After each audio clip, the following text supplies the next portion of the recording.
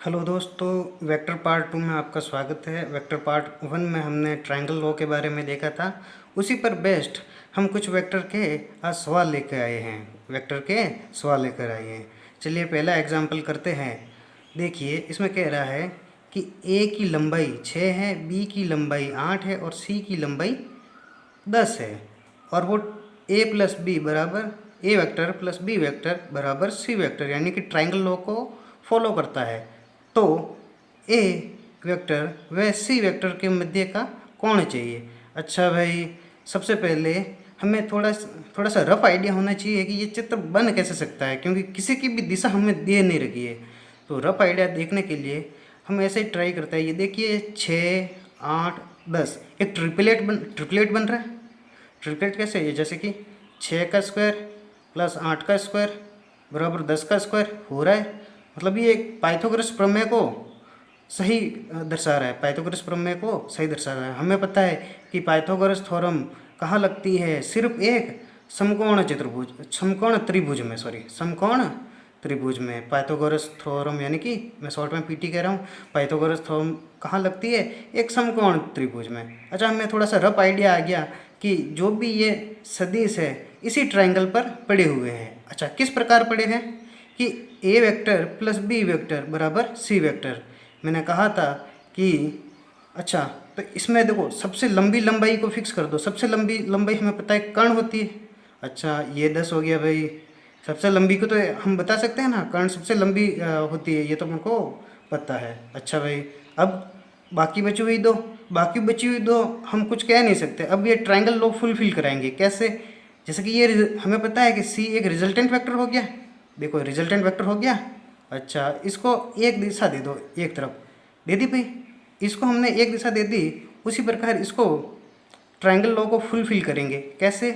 कि ये C vector हो गया। क्या हो गया? सी वेक्टर इस दिशा में हो गया। तो ए वेक्टर यानी कि पूछ से स्टार्ट करनी है, ये ए वेक्टर होगा।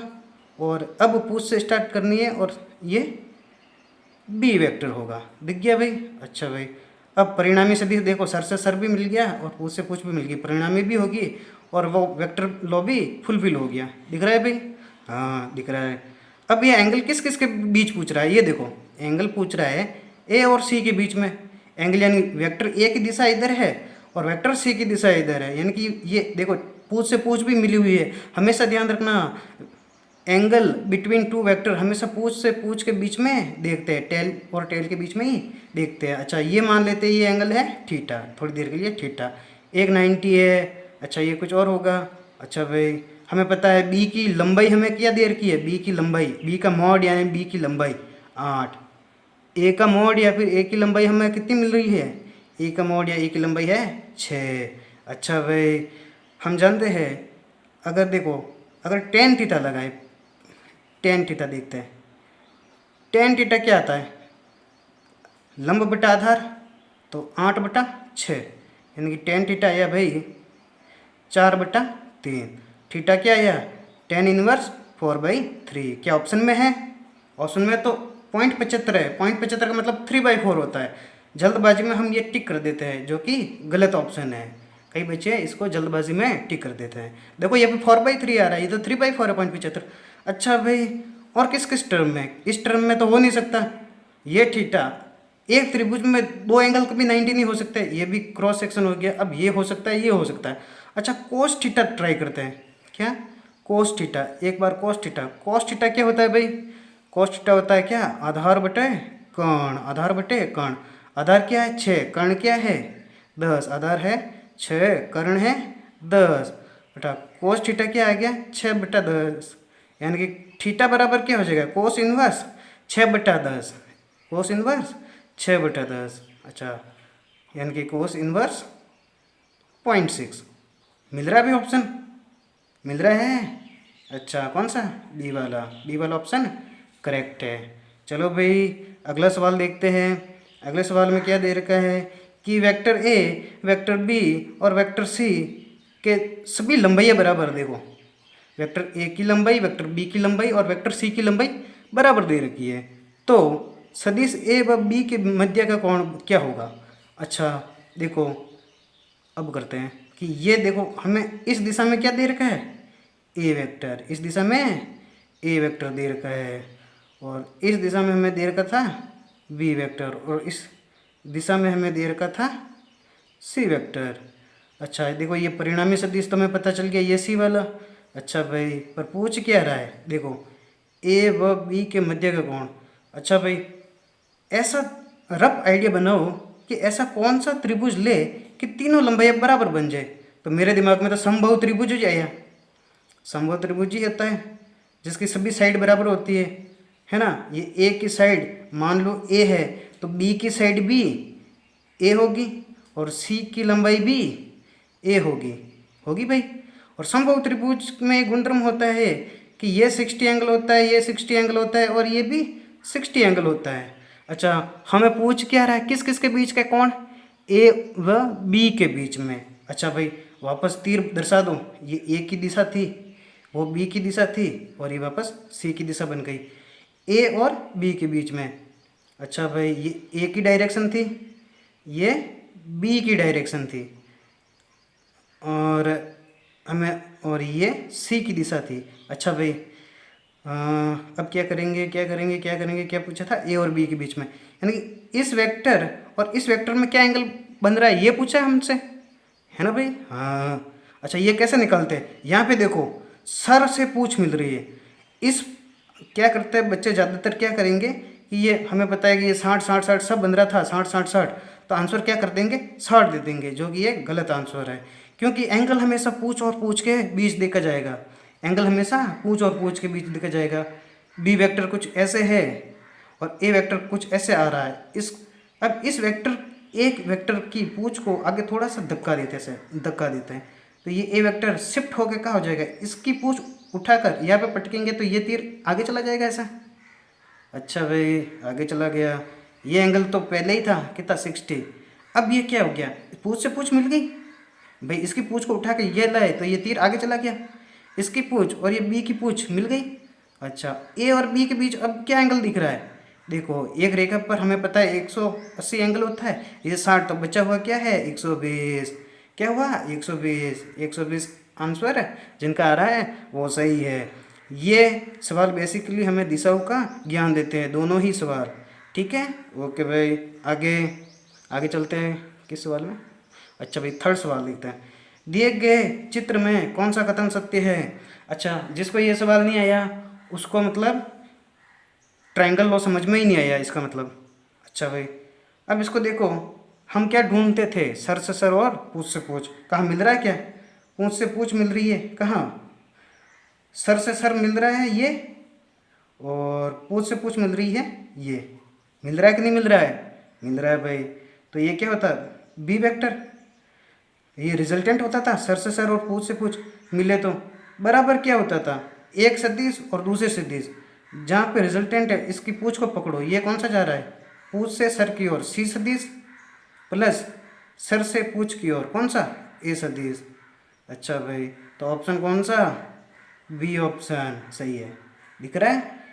अगर ये सवाल आपको समझ में नहीं आया मतलब आपको क्या नहीं आया, ट्रायंगल लो वापस मैंने पार्ट 1 में समझा रखा है बहुत अच्छे से, आप वहाँ पे जाकर देख सकते हैं। चलिए और कुछ नए सवाल लेते हैं, जैसे कि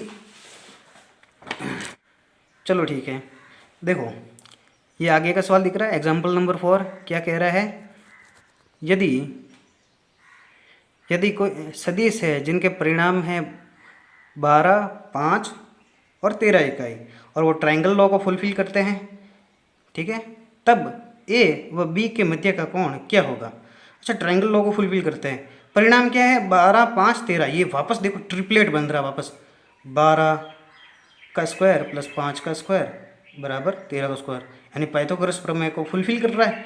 इसका मतलब क्या, हमें ये तो पता चल गया कि ये जो भी सदिश पड़े हैं ये किसी समकोण त्रिभुज पर पड़े हैं और सबसे बड़ी लंबाई यानी कि 13, 90 के सामने का कर्ण ये भी हमको पता चल गया।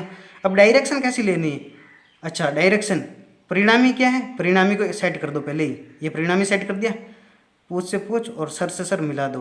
कहाँ से स्टार्ट करना, ए की पूछ से, यानी कि इस पूछ से स्टार्ट करो, ये ए वेक्टर, अब बी, ये बी वेक्टर और ये परिणामी सदिश सब बराबर हो गए। अच्छा बी की लंबाई क्या दे रखी है भाई, बी की लंबाई ए बी की लंबाई हो गई 5, ए की लंबाई बची हुई यानी कि 12, और ये किसकी लंबाई थी भाई, सी वेक्टर की लंबाई। हाँ सी वेक्टर की लंबाई। अच्छा अब पूछ क्या रहा है, ए वेक्टर व बी वेक्टर के मध्य का कोण, किसके मध्य कोण, ए वेक्टर और बी वेक्टर के मध्य कोण, यानी कि इन इसके और इसके बीच का कोण। अच्छा भाई ये वेक्टर कैसा आ रहा है, ऐसा, ठीक है, और इसके परपेंडिकुलर कौन सा जा रहा है, बी। पर अभी भी मैं सभी को यही कहना चाहता हूँ कि सब सर और पूछ के बीच में एंगल कभी मत देखो। ये तो अपनी किस्मत बढ़िया है कि यहाँ पे 90 और इधर भी 90 बन रहा है, पर हमेशा एंगल किसके किसके बीच देखना है, पूछ और पूछ के बीच में, पूछ और पूछ के बीच में। अच्छा इसकी ये पूछ थी, इसको यहाँ पे शिफ्ट करना पड़ेगा, इसको थोड़ा सा धक्का दूँ तो ये कुछ आगे इस प्रकार से आ जाएगा। ये तो पहले से ही था एक वेक्टर, ये एक वेक्टर था, जैसे कि ये बी वेक्टर था, ये ए वेक्टर था। अब इसकी पूछ उठकर यहाँ पे आ जाएगी, इसकी पूछ उठकर यहाँ पे आएगी, तो ये वापस ऐसा कुछ होगा। अच्छा ये एंगल तो पहले से ही पता है मैं कितना है 90, तो ये बचा हुआ भी 90 ही होगा। अच्छा वही तो पूछा है, ए और बी के बीच में एंगल 90, तो 90 यानी कि π/2 ऑप्शन सही है। अच्छा भाई आगे चलते हैं, जैसे कि पांचवें एग्जाम्पल में देखिए, पांचवें एग्जाम्पल में क्या कह रहा है, यदि सदिश ए प्लस सदिश बी का मॉड यानी कि उसकी लंबाई, ए की लंबाई और बी की लंबाई सब लंबाइयाँ बराबर होकर दी इसने, ए व बी के मध्य का कोण क्या होगा। अच्छा भाई हम कोई ट्रायंगल लॉ फुलफिल कराते हैं सबसे पहले, ट्रायंगल लॉ, जैसे कि ये देखो ये कब होता है, ये ए सदिश हो और ये बी सदिश हो, और इन दोनों का योग क्या होता था, रिजल्टेंट वेक्टर, यानी कि आर वेक्टर को मैं क्या लिखता था वहाँ पे, रिजल्टेंट वेक्टर बराबर ए प्लस बी वेक्टर, ए वेक्टर प्लस बी वेक्टर, ये परिणामी सदिश होता था। अब कह रहा है सभी की लंबाइयाँ बराबर है, कह रहा है कि ये लंबाई और ये लंबाई और ये लंबाई सब बराबर है। अच्छा भाई तो ऐसा हमारे दिमाग में कौन सा त्रिभुज है जिसकी सभी लंबाइयाँ बराबर है, समबाहु त्रिभुज। अच्छा भाई समबाहु त्रिभुज अपन ने बना दो, पहले से ही बना दिया। अच्छा अब क्या पूछ रहा है, समबाहु त्रिभुज में हमें ये तो पता चल गया, अगर इसकी लंबाई को मैं ए कहूँ, इसकी लंबाई को मैं ए कहूँ, तो इसकी भी लंबाई को मैं ए कहूँगा, ए। और क्या पता है, ये 60 है, ये 60 है और ये 60 है। ए की दिशा किधर, इधर, बी की दिशा किधर, इधर, ठीक है भाई। ए और बी के बीच में ही देखना अपन को, और ए और बी के बीच में देखो हमेशा, देखो पूछ और सर इसके बीच में एंगल नहीं देखते, ज़्यादातर क्या कर देंगे 60 बता देंगे, जो कि गलत है। हम क्या करेंगे भाई, हम क्या करेंगे, जो ये ए वेक्टर आपको यहाँ पे पड़ा हुआ दिख रहा है, जो ए वेक्टर हमें यहाँ पे दिख रहा है, यहाँ पे दिख रहा है, इसको तो इसकी टेल को बी की टेल से मिलाएंगे, इसकी टेल को बी की टेल से मिलाएंगे। पहले कुछ इस तरह से था और इधर एंगल क्या था, 60 था। अब ए की पूछ को हल्का सा धक्का देंगे तो ये पूछ यहाँ पे आ जाएगी और ए इधर शिफ्ट हो जाएगा। भाई लंबाई में कोई चेंज नहीं किया, लंबाई वो का वही है। ए की पूछ को यहाँ पे बिठाया तो ये आगे शिफ्ट हो जाएगा थोड़ा, और ये क्या होगा, अब बी और सदिश बी और सदिश ए के बीच में एंगल क्या रह गया, ये 60 है तो ये बचा हुआ क्या 120, ये 60 है तो ये बचा हुआ क्या 120, यानी कि कौन सा ऑप्शन, सी ऑप्शन। अच्छा भाई चलो आगे सवाल देखते हैं। चलो छठे एग्जाम्पल पे आते हैं। यहाँ पे कह रहा है कि ए सदिश की लंबाई बी सदिश की लंबाई बराबर 5 है और सी सदिश की लंबाई है 5√2, और ये ए प्लस बी बराबर सी यानी कि ट्रायंगल लॉ को फुलफिल करता है। अच्छा भाई मैं वापस देखता हूँ, देखो ये देखो 5√2 का होल स्क्वायर, 5√2 का होल स्क्वायर, और इन दोनों का स्क्वायर यानी कि ये दोनों लंबाई 5 का स्क्वायर प्लस 5 का स्क्वायर, ये भी देखो 25 25 50, और वो भी 5 × 2 50। अरे भाई यहाँ पे भी पीटी पाइथागोरस प्रमेय सत्यापित हो रही है। अच्छा पाइथागोरस प्रमेय मतलब हमें ये तो पता चल गया कि त्रिभुज पर जो भी ये सदिश पढ़े एक समकोण त्रिभुज पर पढ़े। अच्छा समकोण त्रिभुज पढ़े भाई, और सबसे बड़ी बात ये भी हमें पता है कि जो सबसे लंबी लंबाई है होती है वो कर्ण होती है, यानी कि 5√2 ये हो गई। अच्छा अब क्या करते हैं भाई, हम क्या करते हैं एक सी की वेक्टर की डायरेक्शन को सेट कर देते हैं। ये सी वेक्टर है, क्या है सी वेक्टर की दिशा किधर है, इसकी पूछ से सर की ओर, ये ऐसा ऐसा, ठीक है भाई। हाँ अब ट्रायंगल लॉ फुलफिल कराओ। कैसे? ए प्लस बी बराबर सी, यानी कि ए की पूंछ से पकड़ो, ए की पूंछ पकड़ी और सर की तरफ जाओ, ए बी की पूंछ को पकड़ो और बी की सर की ओर जाओ, बी अच्छा सर से सर भिड़े, पूंछ से पूंछ मिल गई, मतलब ये रिजल्टेंट वेक्टर भी हो गया और हमारा पी टी भी फुलफिल हो गई और ये रिजल्टेंट वेक्टर मतलब ट्रायंगल लॉ भी सत्यापित हो गया। अच्छा भाई, हमें पता है कि इस एक के ऊपर जैसे मैं ये डब्बा बनाता हूँ, मतलब ए की लंबाई कितनी देर की है? 5। बी का लंबाई कितना देर का है? 5।